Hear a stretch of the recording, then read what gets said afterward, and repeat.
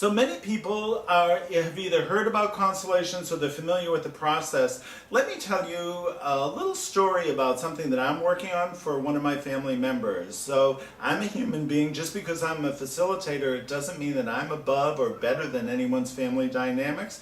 I'm at the same effects that life has on me and my family as it has on you and your family. So to be really honest, I have my niece struggling with drug addiction, and to the point of where she's in her early 40s and maybe on the verge of death from this. Now, what happened systemically, a year ago, her father was diagnosed with bone cancer. Her father, my sister's first husband, was a Vietnam veteran.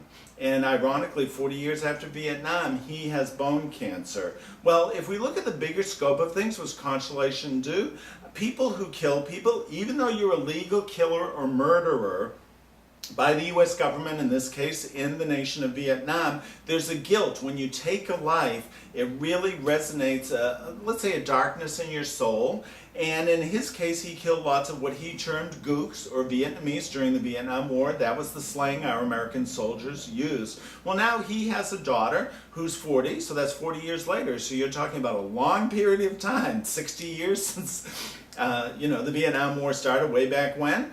And she's feeling the effects. So what we're finding is that the child wants to save the father by taking on his baggage that may have led to his cancer. So she is becoming a victim, ironically playing with heroin. He killed the people in the Golden Triangle, and she's playing with heroin like a victim, a drug addict / victim, with a perpetrator father to actually help her father, and she's been acting out even more so since he was diagnosed with cancer. Almost like she feels like she can save her father from death if she dies first, to pay the price of the victims who aren't resolved in the family system.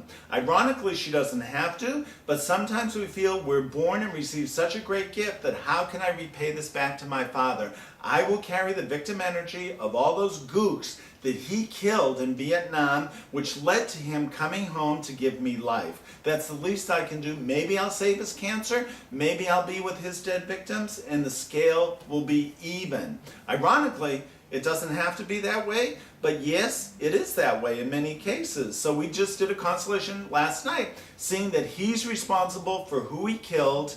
He was paid to be a high-trained killer / murderer of Vietnam during that struggle, and that's his business as a father and a man who was ordered and taught to kill.